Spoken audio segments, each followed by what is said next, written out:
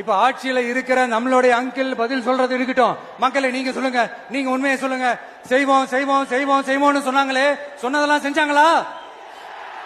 உங்களை தான் கேக்குறேன், சொன்னதெல்லாம் செஞ்சாங்களா? சத்தமா சத்தமா மை டியர் அங்கிள், கேக்குதா? மக்களோட சத்தம் கேக்குதா?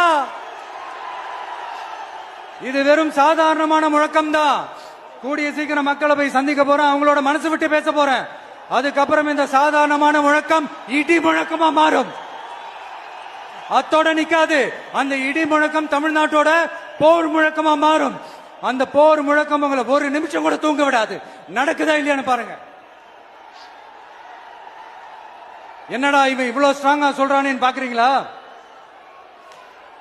எல்லாரும் கட்சி ஆரம்பிச்சதுக்கு அப்புறம் தான் ஒவ்வொரு வீட்டுக்குள்ளேயும் போறதுக்கு ட்ரை பண்ணுவாங்க. ஆனா நாங்க அப்படி இல்லை. ஒவ்வொரு வீட்டுக்குள்ளேயும் போனதுக்கு அப்புறம் தான் கட்சியாவே ஆரம்பிச்சிருக்கிறோம்.